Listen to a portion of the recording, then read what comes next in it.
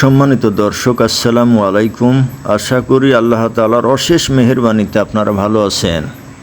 বদনজর থেকে হেফাজতে থাকার আমল, কঠিন বদনজর থেকে হেফাজতে থাকার কোরআনী আমল। বদনজর হলো হিংসুকের বিষাক্ত দৃষ্টি। অন্যের ভালো কিছু দেখে জ্বলতে থাকা হিংসুকের বিষাক্ত দৃষ্টিতে অনেক সময় মানুষের অনেক বড় ক্ষতি হয়ে যায়। এজন্য মহানবী সাল্লাল্লাহু আলাইহি ওয়াসাল্লাম তার উম্মতদের বদ নজর সম্পর্কে সতর্ক করেছেন। আবু হুরায়রা রাদিয়াল্লাহু তাআলা আনহু থেকে বর্ণিত যে রাসূল সাল্লাল্লাহু আলাইহি ওয়াসাল্লাম বলেছেন, বদ নজর লাগা একটি সত্য ব্যাপার। আবু দাউদ হাদিস 3879। অর্থাৎ মানুষের কুদৃষ্টি আসলেই প্রভাব ফেলে। তাই নিজেকে এবং নিজের সন্তান সন্ততি ও সম্পদকে মন্দ লোকের কুদৃষ্টির আড়ালে রাখার চেষ্টা করতে হবে।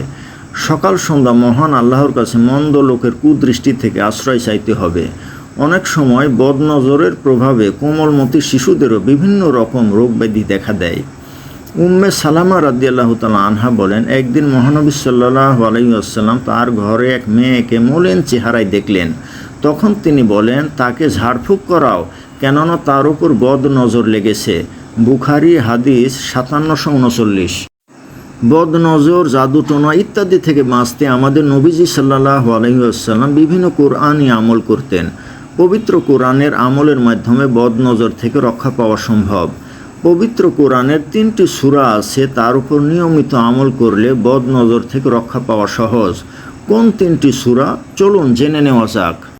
সূরা ইখলাস, সূরা ফালাক ও সূরা নাস। এই 3টি সূরা, প্রতিটা সূরা বিসমিল্লাহ সহ 3 বার করে পড়ে 2 হাতের তালুতে ফু দিয়ে পরে হাত দিয়ে পুরো শরীর মুছে দিলে ইনশাআল্লাহ অতি তাড়াতাড়ি বদনজর বা জাদুটোনার প্রভাব কেটে যাবে। আয়েশা রাদিয়াল্লাহু তাআলা আনহা বলেন, রাসূলুল্লাহ সাল্লাল্লাহু আলাইহি ওয়াসাল্লাম যখন আপন বিছানায় আসতেন তখন তিনি তার উভয় হাতের তালুতে সূরা ইখলাস ও মুআউযাতাইন অর্থাৎ সূরা ফালাক ও সূরা নাস পড়ে ফুঁক দিতেন। তারপর উভয় তালু দ্বারা আপন চেহারা ও 2 হাত শরীরের যত দূর পৌঁছায় তত দূর পর্যন্ত মাসাহ করতেন। আয়েশা রাদিয়াল্লাহু তাআলা আনহা বলেন, এরপর রাসূল সাল্লাল্লাহু আলাইহি ওয়াসাল্লাম যখন অসুস্থ হন তখন তিনি আমাকে অনুরূপ করার নির্দেশ দিতেন। ইউনুস রহমতুল্লাহ বলেন, আমি ইবনে শিহাব রহমতুল্লাহকে যখন তিনি তার বিছানায় শুতে যেতেন তখন অনুরূপ করতে দেখেছি। বুখারী হাদিস 5748। তো সম্মানিত দর্শক, শিশু, বয়স্ক যারই বদনজর লাগুক হাদিসে বর্ণিত উল্লিখিত কোরআনী আমলটি করতে পারেন। ইনশাল্লাহ অতি শীঘ্রই বদনজরের প্রভাব কেটে যাবে। এছাড়াও যারা সুস্থ আছেন তারাও উল্লিখিত আমলটি করতে পারেন। আল্লাহ তাআলা যাবতীয় জাদুটোনা এবং বদনজর থেকে আমাদেরকে হেফাজত করবেন। পরিশেষে আল্লাহ আমাদেরকে মানুষ, জিন এবং শয়তানের বদনজর থেকে হেফাজত করুন, আমিন। তো সম্মানিত দর্শক, ভিডিওটি ভালো লাগলে লাইক, কমেন্ট, শেয়ার করুন এবং আমার চ্যানেলটি সাবস্ক্রাইব করুন। আল্লাহ হাফেজ।